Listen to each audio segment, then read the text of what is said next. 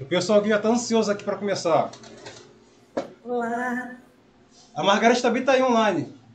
Oi, Margarete, tudo Dá sinal de bom? vida aí, Margarete. Que sede? Opa. Não, ele não entrou ainda, vai entrar agora. Entrou agora, Margarete. Bonjour, Margarete. Oi? Quem é a Margarete? Margarete é uma amiga minha que fez a pós comigo de neuro. Ela foi professora pra gente. Deixa eu colocar agora aqui no celular pra gente começar. Tá conseguindo me escutar aí, Júlia? Tô sim, eu só tô aumentando aqui o meu som. Vocês estão me escutando direitinho? Tá tudo certinho? Sim.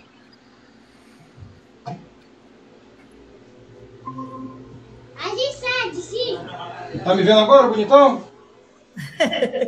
Isso aí, show de bola. A tecnologia é muito boa, você falou, né? Eu não levei você. Ai, rapaz, tô me sentindo bem importante. Senta aí, Nívia. Vamos lá começar um negócio aqui.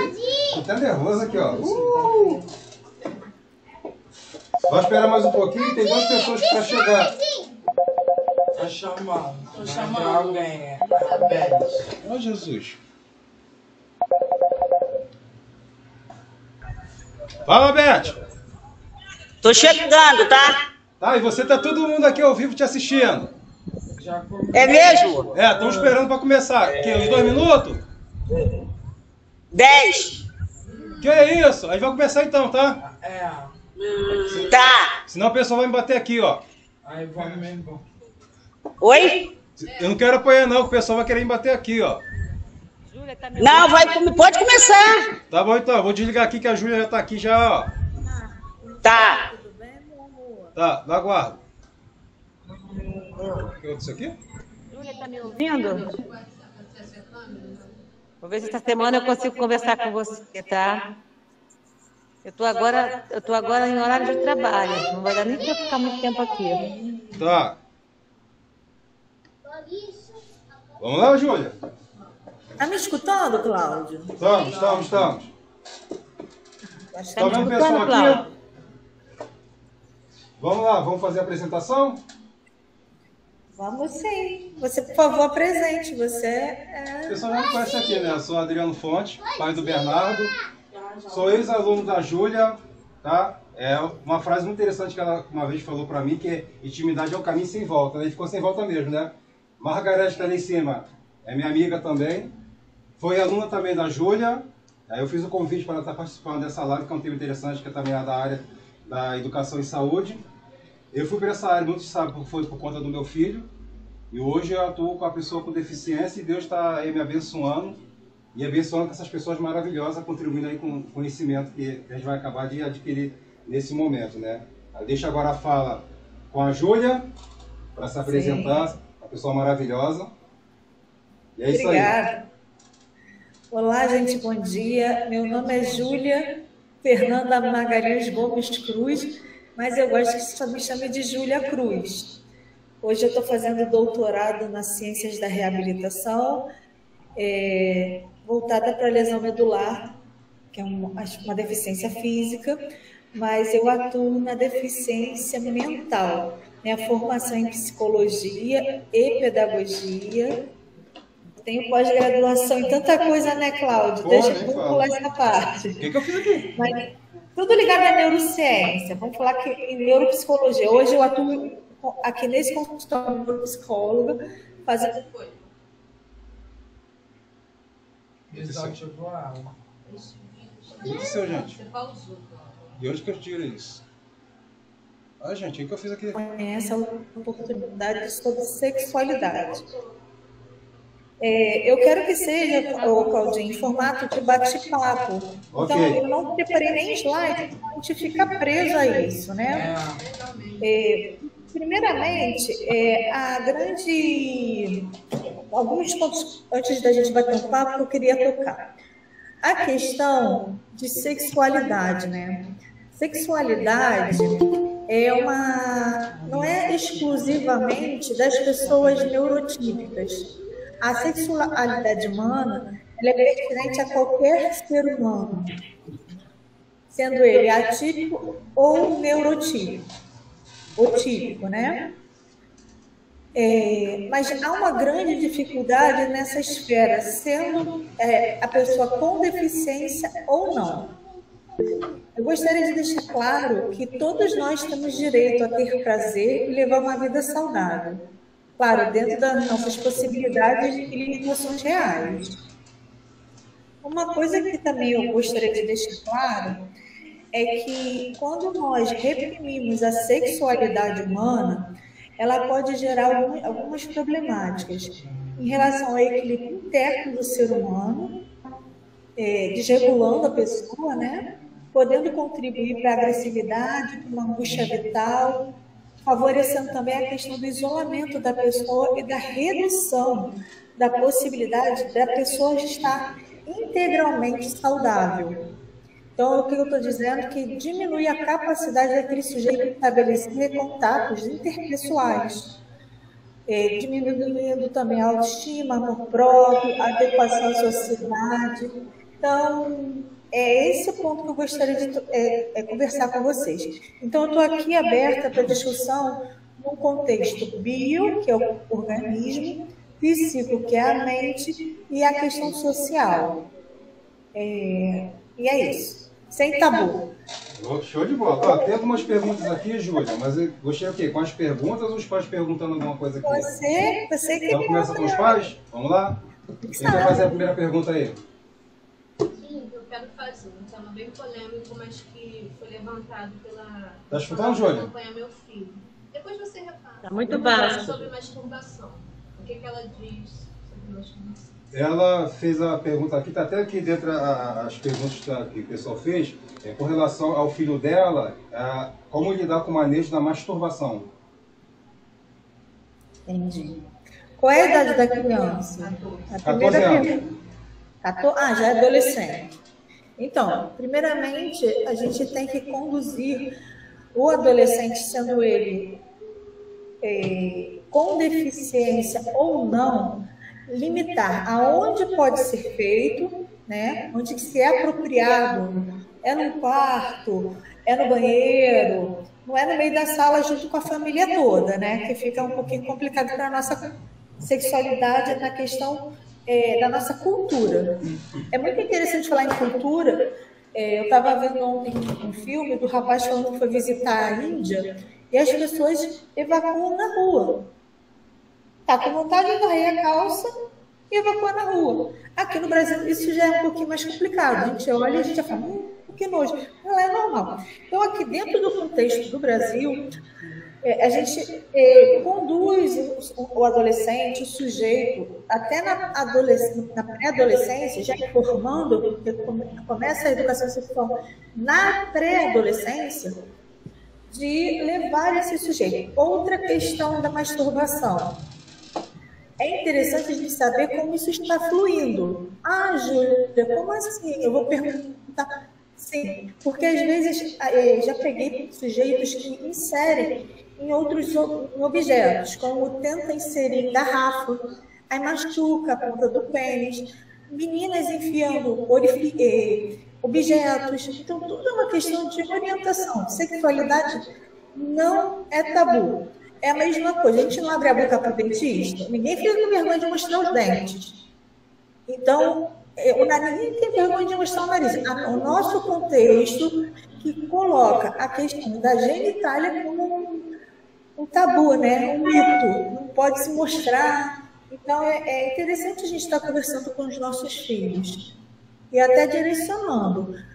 Também a questão da violência sexual. Como uma pessoa com deficiência é muito suscetível à violência sexual, porque nós não preparamos eles. Então, até a questão de não deixar colocar a mão, se colocar a mão, avisa. Tem criança não verbal. Perceba quem está cuidando do seu filho quando você não está perto. Que a gente, às vezes, pega em consultório pessoa não verbal com violência sexual. E só se percebe quando o negócio já está mais aflorado e vai parar para fazer questões mais ligadas à justiça. Júlia, posso fazer uma pergunta dentro do que você está falando? Claro. Dentro dessa questão da masturbação, quem é a pessoa mais indicada a orientar o filho, homem ou a menina, com relação ao manejo? No caso, o menino, é o pai, é a mãe, porque eu já ouvi falar de alguns especialistas que se a mãe for ensinar o filho a masturbação, o manejo, o local certinho, que vai criar um ponto de fixação da mãe como objeto sexual. Isso é verdade ou não? Cláudio, vamos lá. A gente está entrando num contexto muito sensível. Muita gente, o marido abandona e só tem ela e o filho. Como a gente vai ensinar isso ao filho? Aqui tem um pai aqui, ó. Ajuda ele aqui, ó. Eu sou mãe, não tenho marido. Se tiver a oportunidade de ser o marido, é melhor. Não, no meu Questão caso da não. mãe como objeto sexual. No meu caso eu sou viúva. Tem caso de ser viúva. Então, é aquela grande questão. A gente vai mostrar, quando eu vou ensinar uma criança em relação ao próprio corpo, eu não vou ficar, eu vou estar com uma roupa mais fechadinha. Meu querido, quando você for, você não vai estar junto com ele se masturbando, você vai explicar. Olha só, com a mão, com a mãozinha limpa, de preferência, tudo dentro de uma questão mais séria. E não rindo, dando gargalhada, até para ele entender que tem seriedade por trás disso. E a menina? Também pode ser, o objeto sexual pode se tornar o pai, ou até a própria mãe, porque a sexualidade humana, a gente tem que tomar, assim, também cuidado e falar, será que também esse pai não vai se tornar um objeto sexual para esse próprio filho? Então, assim, a gente tem que tomar todo o cuidado, ensinar didaticamente, preferência. Pega na internet, tem lá, bota masturbação, desenho. Aí você mostra o desenho para a criança. E na questão do autista severo? Então... Tu viu a pergunta aí, Júlia? Oi? Que a Ana fez a pergunta? Na questão do autista severo, a pergunta é, ele já está se masturbando? Então você tem que estar de olho se ele vai pegar algum objeto que possa machucá-lo. Porque se ele não despertou para isso, não é você que vai despertá-lo, né? Ficou claro? Teve uma pergunta de uma mãe aqui, eu não sei se você conseguiu ler. Então ela disse que se a criança, o adolescente ainda não despertou para isso, a gente também fica quieto. Ficar dela. Que aconteceu uma situação comigo aqui, até o meu ainda não despertou. O que aconteceu com o Bernardo? O Bernardo, ele foi para casa da avó, aí a avó falou com a mãe que o short dele estava sujo porque tinha ejaculado. Aí a mãe veio conversar comigo. Aí eu fui no quarto, expliquei ele o que era, todos os detalhes, como é que é a masturbação, mostrei como é que era, ele olhou para mim e disse, pai, não estou a fim de fazer isso não. Aí tá, pai, eu falei assim, então quando você tiver vontade de fazer, vem e fala comigo. Tá? Eu vou te explicar que isso é feito só no banheiro, tem a hora certa, respeitando a sua irmã. E aí ele entendeu. Mas aí, no caso, tem a pergunta que a mãe fez aqui. Como é que eu vou explicar isso a um autista severo que provavelmente não tem esse discernimento como meu filho teve? Como orientar ele? De forma, mostrando algum material lúdico? Será comportamental, né? Vai ter que botar, de preferência, você vai usar aquele material do ABA, vai botar algum símbolo e você vai fazer o condicionamento associando aquele símbolo. Entendeu? Pode ser uma mãozinha aberta também, ou com 3 dedinhos. Ele tem que associar e colocar também junto com ele o símbolo do quarto ou banheiro, para ele associar que esse comportamento é feito nesses determinados locais. E se ele for muito mais severo ainda, você tem que ficar de olho e conduzir. Agora, gritar que é feio, ele não vai ter essa compreensão. Então, é você. E se ele não quer sair dele, porque ele é muito grande, a gente pede licença às pessoas que estão na nossa casa e retira do ambiente. Não adianta sair puxando, agarrando a criança, porque vai ser pior, a pessoa fica mais agressiva. Quanto mais reprimir, pior é. Ô, Júlia, eu vou citar um exemplo aqui que eu tive lá no colégio, de uma aluna, né, que ela se masturbava. Ela devia ter, na época, ela devia ter o quê? Uns 9 anos, por aí. Mas ela tinha um comprometimento. E a mãe, ao invés de conversar com ela, a mãe colocou aquilo que era proibido, que era feio, enfim, deu aquele problema. Então, o que ela fazia? Ela gostava de ficar na casa da avó, porque ela se masturbava, e a avó via, mas chegava na escola e conversava conosco. E aí eu falava para ela, você tem que fazer o seguinte, você tem que manter a mão dela ocupada. Quando você perceber, você pede para pegar alguma coisa.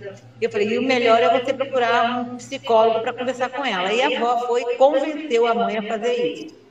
Foram, acho que, uns 3 ou 4 anos de trabalho com essa menina, com a Martelle, sabe? E na sala, ela também fazia. Então, o que acontecia? A professora já sabia, todos nós já sabíamos. Então, sempre quando a gente percebia, Marcele, pega aqui isso para mim, Marcele. Então, a gente mantinha as mãos dela ocupadas. E com o tempo, com a terapia, graças a Deus, ela conseguiu, depois ela chegou na adolescência e tudo. Hoje ela está, vamos dizer assim, totalmente normal, né? Não que ela fosse normal. Mas eu digo assim, ela conseguiu controlar tudo isso. Mas tivemos que fazer um trabalho também com a mãe, porque a mãe não aceitava. A mãe não aceitava, batia nela, batia na mão dela. E aí era muito forte. Mas aí depois, conversando com a avó, nós conseguimos fazer com que ela, sabe, visse tudo direitinho. E realmente ela tinha um distúrbio, né, um comprometimento. Mas aí depois ela ficou bem, graças a Deus. A minha grande questão, Marga, é o nível de comprometimento dessa pessoa. Porque, por exemplo, eu tenho uma pessoa que veio aqui fazer avaliação comigo, ele vinha acompanhado. Era onde tivesse. Eu estava fazendo a avaliação dele e ele lá, com a mão, enfiando a mão por dentro da calça. E aí chegou um momento que eu conversei com a mãe, como é que ela fazia, né? Quando ele não saía do local, ela fazia de tudo, porque assim, no meio do shopping, a gente não tem como fazer o shopping.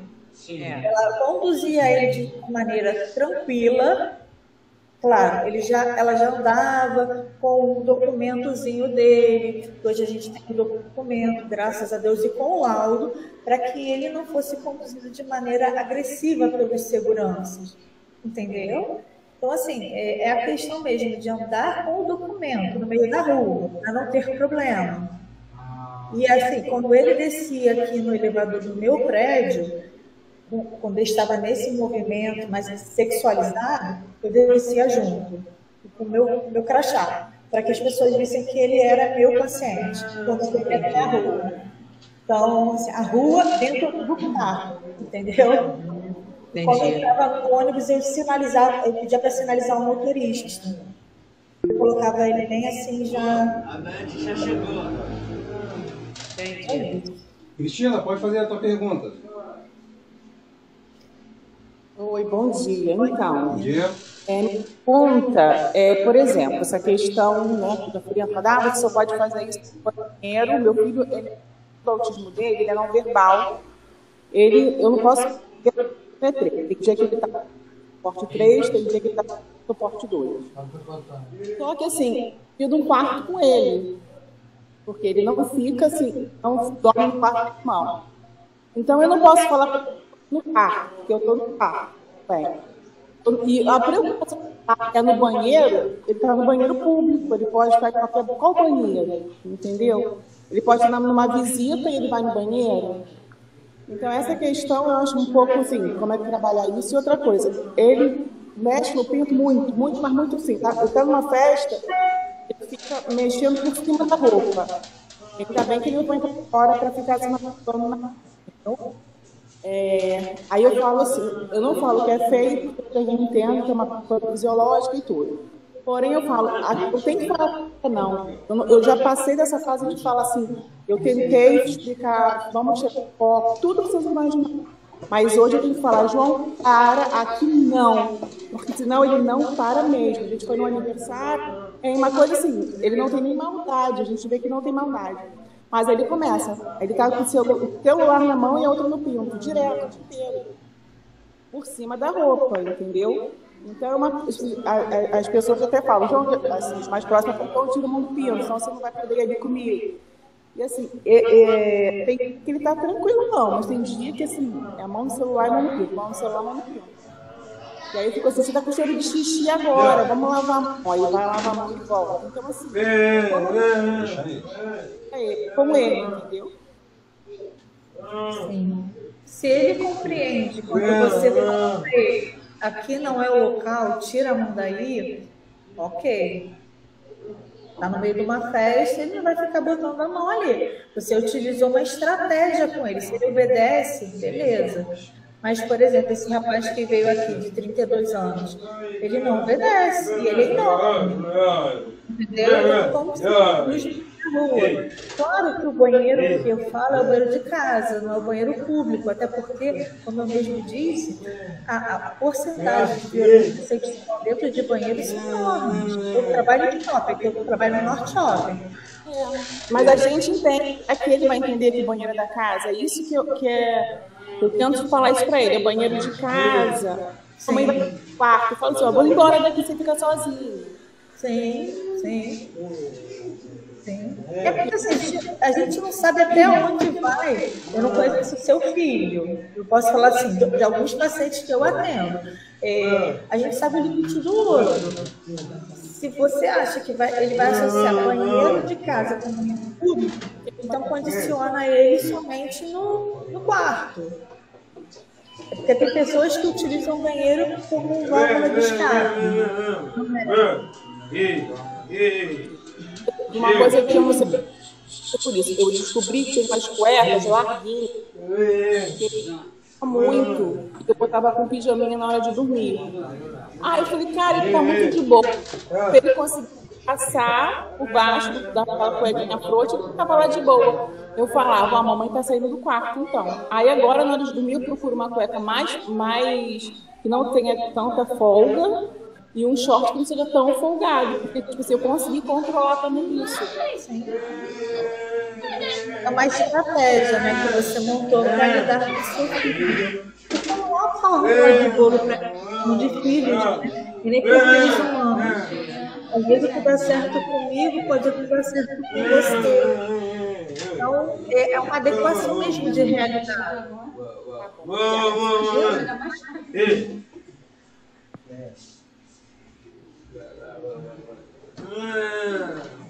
Júlia, tá me ouvindo? O Cláudio foi aproveitando. Você falou sobre o seu paciente de 32 anos, que no caso ele não obedece, né? Não entende. E eu estava estudando a respeito, quando a gente está participando também, eu vi que, assim, em relação à sexualidade, da verdade, do deficiente, se desenvolve da maneira normal, como se fosse um jovem, um adolescente que não tem deficiência. Tá? Por outro lado, a gente também sabe que a sexualidade é um tabu, ainda que não deveria ser. Né? Tanto para a gente que não tem deficiência, o sexo não é falado, é visto como até um pecado, vamos dizer assim, até um erro, né? Falar de não. Então, assim, é muito comum nas famílias não terem uma educação sexual. Sim. E, por outro lado, nós vemos também que dentro de famílias com pessoas, com crianças e pessoas já adultas, com deficiência, a gente vê que não tem um histórico também de conversação. Por quê? Nós vemos que há um mito, né, que diz que a criança deficiente é uma eterna criança. Né? O adolescente ou o adulto é uma eterna criança. Então, eu assisti um vídeo que eu achei muito interessante. Eu falei, eu vou levar essa questão, porque a gente sabe que eu sou mãe de adolescente de 16 e mãe de um pré-adolescente que vai fazer 11. Então, assim, eu sou esclarecida e gosto de orientar os meus filhos desde pequeno. Principalmente por essa questão de abuso sexual. Eu lembro que a minha filha, ela foi precoce, então com 1 aninho eu já ensinava as coisas. Eu lembro que a parte da boca, nariz, orelha, e eu já falava para ela no banho, aqui só papai e mamãe cuida. E uma vez, até num ambiente de amigos, ela abriu a boca da Bia, e ela falou. Aí ela foi falando a parte toda do corpo. E eu fiquei com a cara assim, meio que no chão, mas gostei, porque ela com 1 aninho e meio falou assim, o bumbum e a pepeca é da papai e da mamãe, só cuida. Porque ela falou com 11 É Pepeca? Júlia? É Pepeca que fala, Júlia? Era um aninho. Hoje, assim, uma criança como mãe, a gente não vai falar, né? Minha filha tinha 1 ano e meio, foi a linguagem que eu usei, né? Então, o que eu vejo que, em geral, em qualquer que seja o ponto, tanto da deficiência ou não, a situação mais complicada está na relação da comunicação com a família. Primeiro, na aceitação, quando é uma questão de deficiência, e quando se trata de sexualidade, tanto os normais, assim, ditos normais, neurotípicos, né? A gente vê que tem essa dificuldade. Pela falta de conhecimento, sim, mas muito mais pela falta de cultura. Então, acabam reproduzindo. Eu acredito que esse paciente de 32 anos possa ter hoje esse vício, né? Um vício, pela falta, talvez, de uma orientação lá atrás dos pais. Ou, independente do grau, se é mais severo ou não, se a mãe, a família, a consciência já começa a conversar, se tem como evitar visualmente, que ele comece a compreender, porque é um outro erro que eu vejo, é que a gente acha que a criança não verbal não entende. Né? Ela entende, ela só não se expressa da maneira que a gente acha que deveria para mostrar o que está entendendo. É o nível de consciência da pessoa, o nível de consciência social. Eu sempre falo, existem níveis de consciência. E o nível de consciência social tem o interno e o externo. A grande questão, às vezes, com autismo até alto. Então, assim, eu faço direto a avaliação de QI aqui. O sujeito, às vezes, é não verbal, mas tem um QI altíssimo. A questão da consciência social. O sujeito que você está relatando, que é uma graça, ele ficou saindo de casa até os 17 anos. O vizinho que não sabia nem que ele existia. Porque, antigamente, as pessoas escondiam as pessoas com deficiência em casa. E agora está chegando aqui. Eu estou tirando de dentro de casa, já podendo vir para a rua, né? Então, esse sujeito, até para ele andar na rua, uma complicação. Porque até os 17 anos ele não andava de ônibus. Ele não sabia nem o que era ônibus. Então, assim, levar esse sujeito para o meio da rua é complicado. Alguém mais quer fazer alguma pergunta? São Tia duas Beth? perguntas. Júlia, você falou isso. Tá escutando ela, Júlia? Alessandra, lá atrás? Tá me ouvindo? Tá me ouvindo? Pode. Se eu não entender, eu falo. Pode falar, por gentileza. Então, sobre esse negócio que você terminou de falar agora, de ir pra rua, essas coisas todas. Existe muito o preconceito da gente sair com o filho na rua e as pessoas ainda ficarem olhando, ou então a criança dita normal não chegar perto, às vezes, da criança especial, entendeu? Ou então, por exemplo, agora não, que o meu melhorou, mas ele tinha a mania de abraçar, de beijar qualquer um. E isso daí trazia um transtorno pra gente. Porque a pessoa também, a gente entende que a pessoa não sabe o porquê. Ele é especial, mas ele aparenta e não aparenta. Ele queria abraçar, então a pessoa vai o quê? Recuar, não sabe se vai abraçar ou se vai bater. Isso é muito constrangido também. E é uma parte de amizade também. São umas crianças, assim, sozinhas, que não têm amigos, né? Isso é muito complicado, na minha opinião. Isso é muito difícil. Eles ficam muito presos dentro de casa, só a família, que algumas entendem que é o principal. É os pais não atender, não aceitarem. Eu passei por isso porque são 3 especiais da minha família. Quer dizer, a mãe, a minha prima, no caso, não aceitava. O meu irmão, que é falecido, também não aceitava. Depois que eu fui a primeira a aceitar, aí que eles vieram a aceitar. Então, eu acho que a chave de tudo, primeiro, é a aceitação. É difícil, é complicado, é terrível, mas a gente tem que...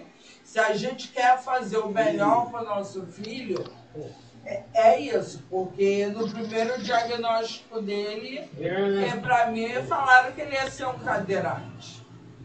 E graças a Deus, porque eu tive um diagnóstico menos de um ano, que isso é muito raro, isso é raríssimo. Quer dizer, ele não era autista, não tinha grau de autista. E agora ele tem o grau leve de autismo, porque ele fala, ele faz tudo. A maior dificuldade dele, no caso dele, é a parte da higiene. A higiene é tomar banho, escovar o dente, principalmente, é terrível. Mas aí, cara, quando eu vou dar banho, que eu vou passar a mão na parte íntima, ele já tem o discernimento de falar, não pega no curu. Ele fala, não pega no curu, porque antes a gente já falava, não pode, só mamãe e papai. E ele ficou com isso, então ele não deixa eu lavar. E às vezes a gente tem que ver se está lavando direito, porque eles lavam do jeito dele. Isso mesmo, mãe, deixa eu botar no teu furo não, rapaz. Sim. Não, porque a gente ensina, não é para botar a mão. Eu compreendo, eu tenho uma filha de 7 anos, ela não tem deficiência. Mas já é complicado, porque eu falo, tá lavado direito? Deixa eu ver. Não, você não vai ver que eu tô com vergonha. E você tem que observar para ver se vai ter uma infecção urinária, se não está com alguma questão ali não muito limpinha. A questão do nome, Cláudio, eu vou te contar um segredo. Eu ensino com uma questão de vagina e pênis. Só que muitas pessoas, às vezes, botam nome de bicho. E para ela é mais fácil para lidar. Por exemplo, perereca, periquita, peru. Então, você vai botando o nome de bichinhos. Baratinha, entendeu? Pipoca. Hoje em dia, a gente está flexível em relação ao nome, meu amigo. O correto era falar o certo. Mas tem criança que não compreende. Então, se o nome de bicho servia, e ela está entendendo, entendeu? Tá tudo certo. Eu acho que a gente, com a idade, a gente vai ficando mais flexível, sabia? Com certas coisas. E lidando com deficiência, você fala assim, cara, livre é muito... Mas lidar no dia a dia é muito difícil. Eu estava conversando com o Cláudio, eu estou fazendo uma pesquisa com lesão medular. E aí eu falo com pessoa difícil. Aí teve uma senhora que caiu da cadeira. A cadeira virou com ela. E ela ficou tão sem graça. E aí ela foi sentar na cadeira, botaram ela sentada na cadeira, porque fizeram o procedimento de levantar, né? Todo o procedimento. E aí, mas ela veio ela falou assim, poxa, quando eu andava não tinha nada disso. Eu falei, como não? Eu andando, eu caio, a senhora não caía andando, não? Ela se ligou que toda vez que ela está na cadeira, ela cai. Mas também cai, que história é essa? E aquilo ali já seria um motivo para cair numa depressão. Então, cada vez mais, a gente tem que estar mais humanizado e mais flexível. Por isso que hoje, Cláudio, eu não brinco mais. Quer chamar de periquito, quer chamar de formiguinha, o importante é que a criança entenda o que é que está sendo dito. O certo é vagina e pênis, mas não quer chamar de qualquer coisa. Entendeu? É João Furinho, que é o ânus. Lava direito o João Furinho. E a criança compreende. Minha única questão maior na questão da sexualidade não é nem tanto em casa, eu entendo mais na rua. Por quê? As pessoas não estão ficando mais em casa. Agora as pessoas vão para a festa, as pessoas vão ao banco. Até que o banco diminui essa questão de idas, né? mas estão indo à escola. A escola não está preparada para isso. Não. Os professores ficam descabelados. E aí a gente tem que ensinar novamente que a sexualidade não é um tabu. Claro. Quando o nosso aluno, por exemplo, lá na creche, né? Tem uma creche de educação, ensino fundamental e educação infantil. Eu tenho uma pessoa com autismo severo. Ele tira a gente tenta conduzir ele para fora de sala, mas depende do tamanho da criança. Às vezes a gente não consegue pegar uma criança e tirar ele se jogando. Então a gente conduz ele para fora de sala. Vamos lá fazer outra atividade, como a Margarete sugeriu. A gente tira todo mundo até ele se acalmar para botar roupa novamente. Entendeu? Tudo é um contexto. Não tem uma fórmula de bolo que a gente possa falar, faça assim ou assado. A gente pode falar que assim, seja flexível com o seu filho. A sexualidade faz parte da nossa humanidade, faz parte do ciclo da vida. Júlia, daqui a pouco o nosso tempo vai acabar e tem algumas perguntas para fazer para você. E a Beth quer fazer uma pergunta que até foi explanada aqui. Vai lá, Beth. Júlia, bom dia. Está escutando ela? Está me ouvindo? Cheguei um pouquinho mais tarde, aí eu não sei se você já abordou isso que eu vou perguntar. Sobre a masturbação. Eu queria saber como é que eu posso estar lidando com isso, a masturbação em excesso. Né? Porque os terapeutas dizem que é porque o adolescente fica ocioso. Né? E por isso que ele fica praticamente o dia inteiro fazendo isso. Mas aí também a pessoa não tem como manter ele também o dia inteiro, né? Em atividade. Como é que eu posso estar conduzindo? A tia está falando aqui. Sem que eu precise utilizar uma medicação, né? Então, a questão mesmo é como você tem técnicas de distração. Você deu uma dica aí legal sobre estratégia. O que ele gosta de fazer além de se tocar? Porque se para para você, você e outras pessoas aí gostam de se tocar, sem ser mesmo na parte genital. Prazeroso fazer um carinho no pescoço. A sexualidade é o corpo todo, gente. Não é só o pênis e o ânus ou a vagina.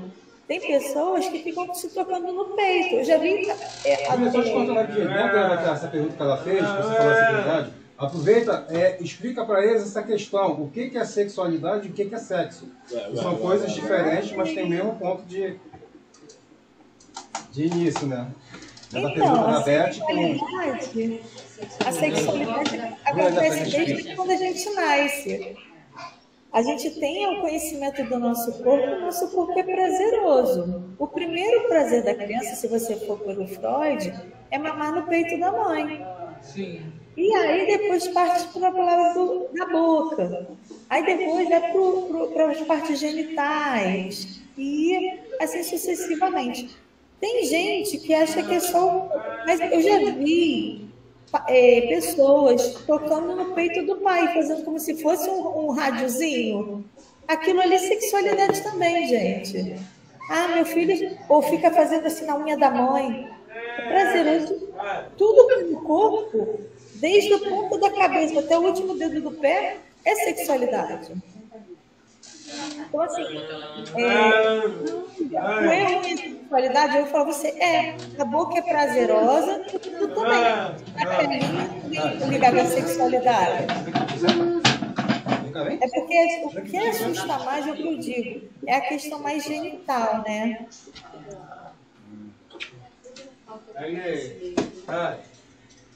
Eu respondi.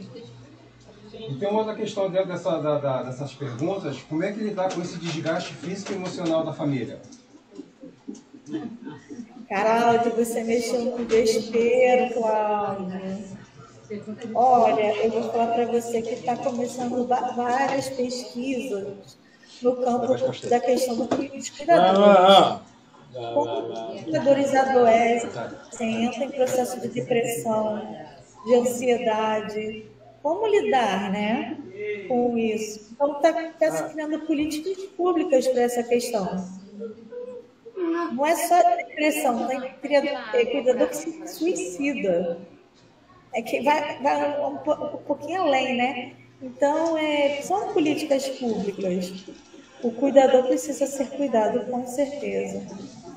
Está começando, sim, essa questão de sustentabilidade, né, dessa agenda nova e mundial, da questão do cuidado de pessoas que cuidam de pessoas com doenças crônicas ou em condições crônicas, porque o autismo, ele não é uma doença, ele é uma condição. Como a lesão mental não é uma doença, é uma condição. Tudo que é transtorno mental é condição. Desordem é condição. A gente modifica, né? Doença a gente cura, condição não. Mais alguma dúvida? Olha só, tem mais uma pergunta aqui para fechar essa parte da sexualidade e tem duas outras perguntas que não tem a ver com o assunto, mas é pertinente. Ok? E foi até uma pergunta que já foi realizada na live que a gente fez.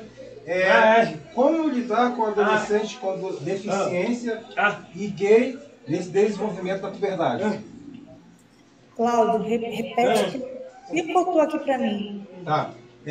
Como a família lida com o adolescente já com a deficiência?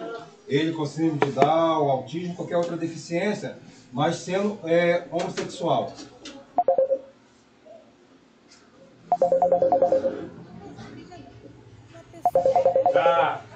Peraí. Não chama.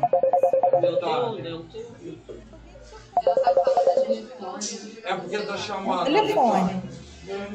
Não, Júlia, responde. Eu diria aqui. Vê lá o portão. Tá, vamos lá. Número 1, né? Eu acho que a questão da escolha é de cada um. E a família que tem a responsabilidade de ajudar. Número 1.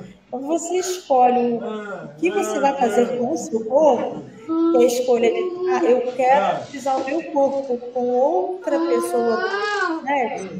A questão, quem tem que orientar e tem as suas crenças são a família. Porque, por exemplo, tem pessoas que têm uma religião que não aceita homem e mulher namore com mulher. Então, vou falar, os evangélicos, eles não aceitam. Como é que se conduz isso de casa? Vai de acordo com a cultura da família. Você compreende, Cláudio? Então, a gente não pode entrar em atrito com a cultura da família. Já que a outra família que aceita, ok. Então, por exemplo, eu tenho pessoas com deficiências que são loucas para ter festa de aniversário. Por exemplo, Jeová, a gente vai brigar com a família? De acordo? Eu não entro em desacordo, eu vou de acordo com a cultura familiar. Compreendido? Então, assim, se a cultura familiar aceita esse comportamento, se reforça. Porque quem está lá cuidando o dia inteiro daquela pessoa é a família. É muito bonito a gente tentar, olha, vamos, mas quem é que está lá batendo todo dia? Entendeu? Aí você fala, Júlia, mas ele tem direito de ser homossexual. Ok. Aí é a família que tem que entrar em terapia, em acordo, conversar. Compreende? Beleza? No caso, qual é o especialista mais indicado em orientar a família? Eu vou puxar essa sardinha para mim. Psicólogo. Isso aí. Ok. Agora mais duas perguntas para a gente finalizar. Se alguém quiser fazer mais alguma pergunta aí, tá? Cadê o pai? Fugiu? Tá. Eu quero que ele faça a pergunta também. Uma das perguntas que tem aqui é com relação ao filho já com deficiência, se existe outras comorbidades associadas a essa deficiência, ou ela pode surgir ao longo do desenvolvimento dele na fase adulta. Essa pergunta é minha, posso explicar? Tá. Aqui a mãe vai explicar que está ali, a Wanda. Vai lá, Wanda. Eu sou a Wanda, tá me ouvindo? Oi, Wanda, tudo bem? Sim. Tudo bom. Eu sou mãe do Natan, que tem autismo, e da Natália, que tem síndrome de Down. Então, eu fiz essa pergunta por quê? Porque eu conversando com algumas mães, porque pegando aquele gancho que você falou que o autismo não é uma doença, é uma condição, eu queria saber, assim, se com o tempo outras condições vão surgindo junto ao autismo, né? Por exemplo, eu já conversei com algumas mães, né, que desenvolveram algumas outras coisas. Eu não sei se estão vestim, estereotipias, ou se alguma comorbidade, entendeu? E foram associando com o tempo ao autismo, que não tinham antes. E isso aconteceu com o meu filho, né? Porque o meu filho, ele não tinha, por exemplo, mania de fechar janelas. Ele não tinha essas manias de fechar janela, acender luz. Tipo assim, de manhã ele quer acender todas as luzes e fechar todas as janelas. De noite, ele 5 horas da tarde, ele quer apagar tudo e quer tudo apagado e todas as portas fechadas. Ele não tinha essas manias. E ele começou a desenvolver essas manias com o tempo. E, assim, eu queria saber se isso acontece com o tempo, assim, se algumas manias que não... Ele está com mania agora de rotina, de organização, ele também não tinha isso. Ele está com 24 anos agora e começou isso, vou te falar, aos 22 anos que ele começou com essa mania de rotina também, de organização. Se eu tirar uma roupa da corda, tá? Deixar em cima da mesa, ele pega aquela roupa, parece que aquilo fica incomodando ele. E ele enfia tudo dentro dos armários. Qualquer armário que ele vê pela frente, pode ser até um armário lá da área de limpeza, que ele vai botar lá dentro. Se eu tirar uma cadeira do lugar, estiver varrendo, ele já vai botar a cadeira no lugar. Se eu tirar, qualquer coisa que eu tire, ele já vem atrás de mim para botar no lugar. E ele não tinha isso. É isso que eu estou te falando. Ele não tinha essas manias, entendeu? Então, se isso pode acontecer com o tempo, e eu já vou te dizer outra coisa que já me disseram. Porque fica muito ocioso em casa. Não. Ele passeia, ele caminha, ele sai, ele vai pra festa, entendeu? E quando chega em casa, tudo volta, independente do que você fez. Quando meu filho começou com a questão da sexualidade, que eu vou pegar rapidinho, mas não vou estender muito, ele também falou isso pra mim, que era porque ele ficava muito ocioso, então ele focava nessa questão da masturbação.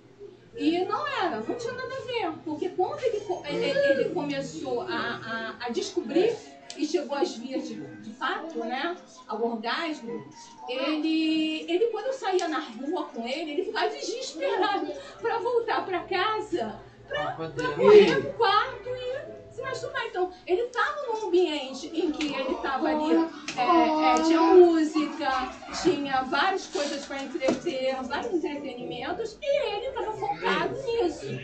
Aí, graças a Deus, que hoje ele está mais calmo nessa parte. Mas eu vou te falar, assim, de experiência do meu filho, não é questão de obesidade. Então, eu juntei dois assuntos, tá? Destrincha agora, minha querida. A primeira questão é a questão do toque, né? Comorbidade tá aí para se ter, né? Não pode ter N coisas. Então... Peraí, Júlia, rapidinho.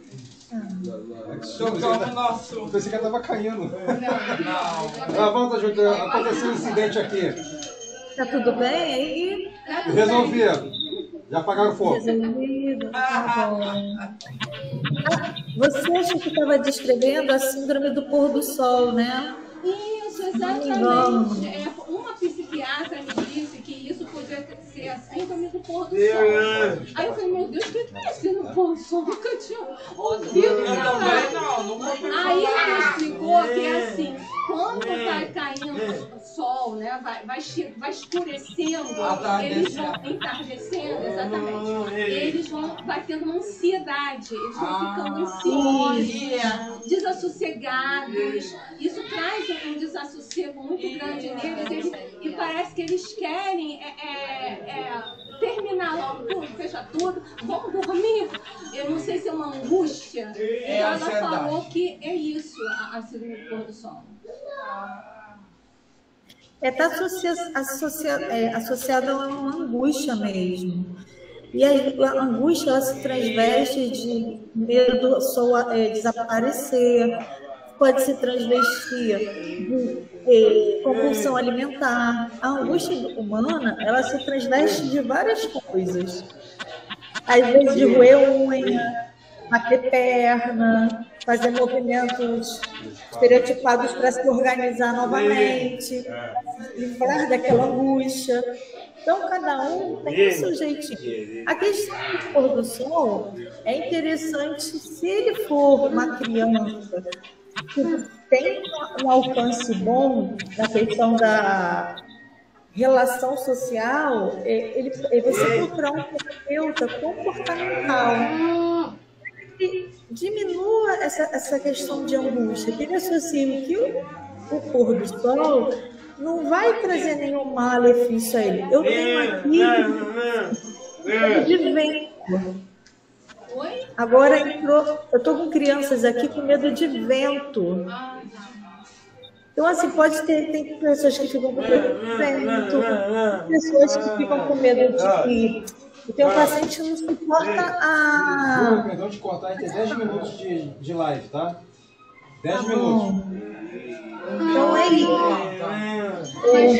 Fazer um trabalho terapêutico mesmo com ele. Ele precisa entrar com alguma coisa medicamentosa, porque a doutora queria passar quetiapina para ele por causa disso. Mas eu não tenho. Essa medicação, ela ajuda a dar uma diminuída nos pensamentos rumificantes. O que é isso? Esses pensamentos que causam angústia. Então, ao invés de ele ficar com aquele pensamento o tempo todo, que é muito normal no toque, aquele pensamento fixo, na mentezinha dele, dá uma diminuída. É por isso que eu gosto dessa medicação. Eu oriento que você tente dar pelo menos o mínimo, para ver se vai surtir efeito.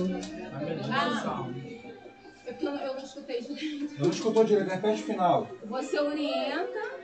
Eu oriento, você é médica, que você o utilize. Ah, entendi.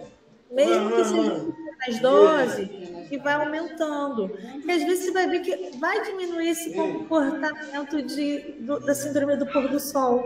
Aí ele vai associar que o sol saindo e subindo a lua não vai ter problema. Entende? Ok? Só para fechar agora, Júlia, tem mais só 2 perguntas, que a gente só tem 9 minutos, acho que a mãe tem compromisso aqui também, né? E aí o povo deve estar tudo com fome aqui, ó, na cara de fome deles. Uma das perguntas aqui é com relação à aceitação do irmão neurotípico e o atípico. Como lidar com esse manejo? E outra questão é como lidar com o comportamento disruptivo. E aí dentro da questão do TOD, né? O não. Só essas duas para você deixar. Por último, TOD. Deixa por último, TOD, tá? A questão é quando você tem uma pessoa que não tem a aceitação da outra, o problema não está na aceitação da própria pessoa.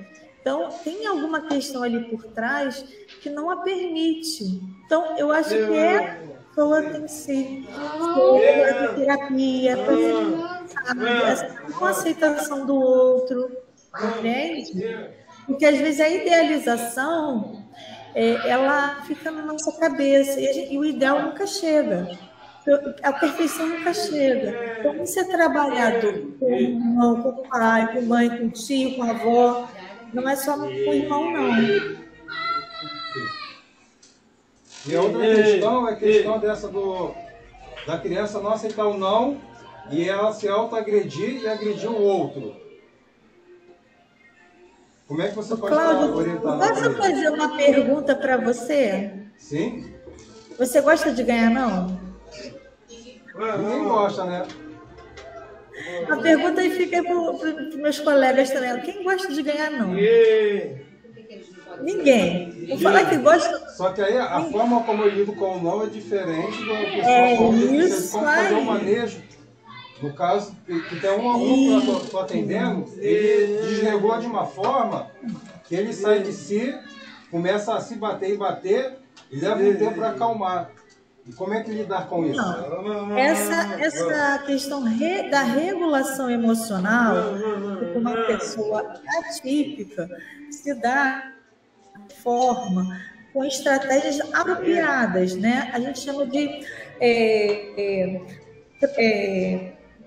tratamento individual para a pessoa. Então, aí a gente faz uma personalização de tratamento.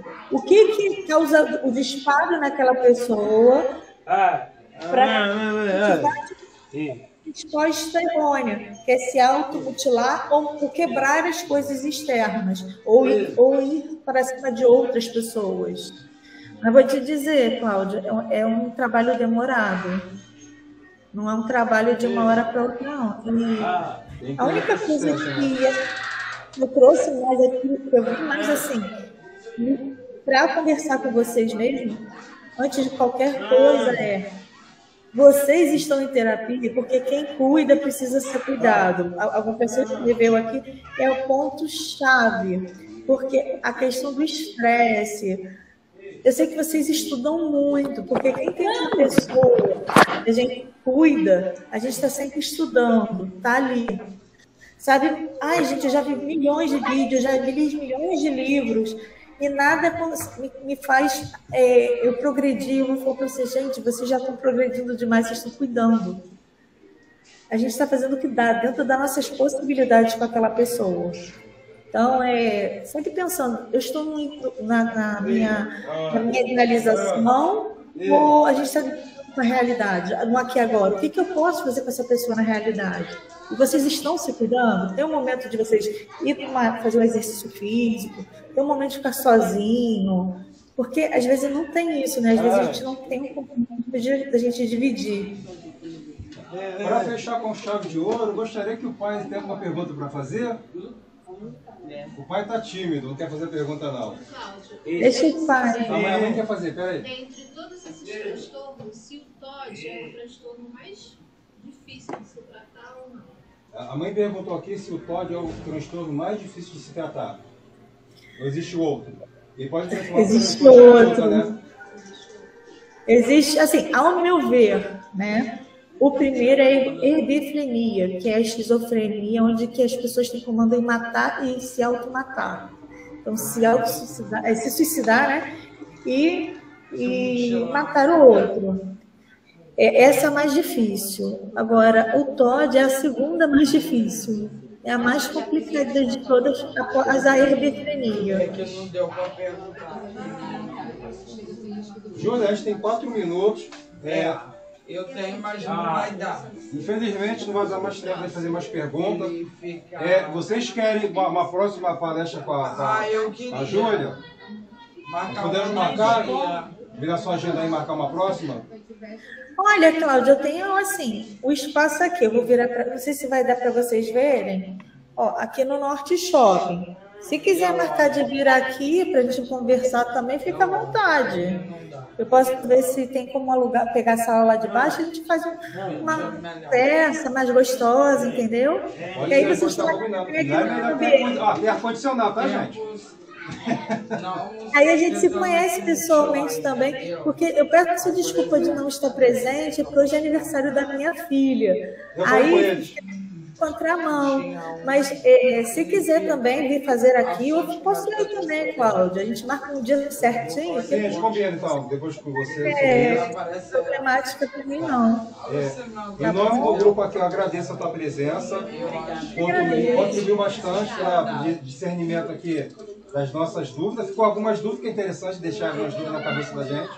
Vamos marcar o próximo encontro. Agora deixa a fala final para você, para finalizar aqui a nossa conversa aqui. Tá, ok.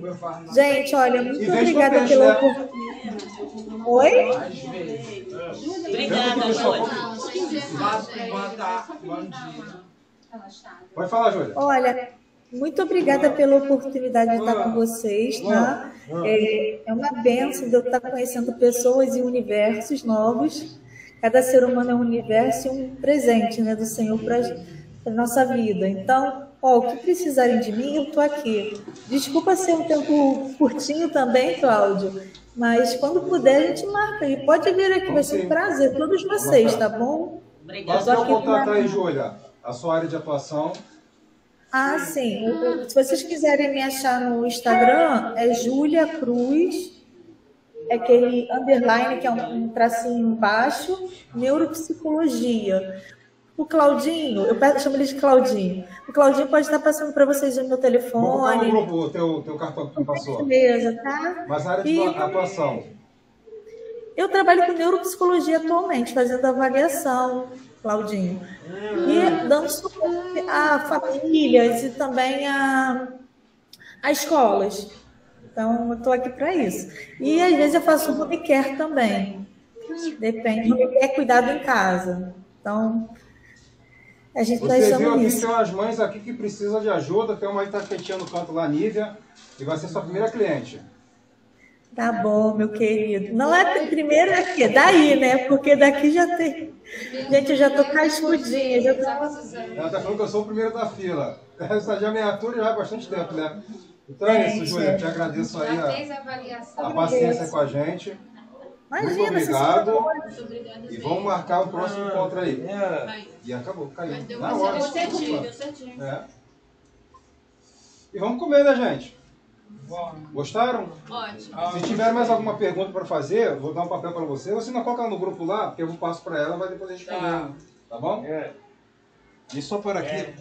Ju, arruma a mesa lá, por favor. Respondeu a tua.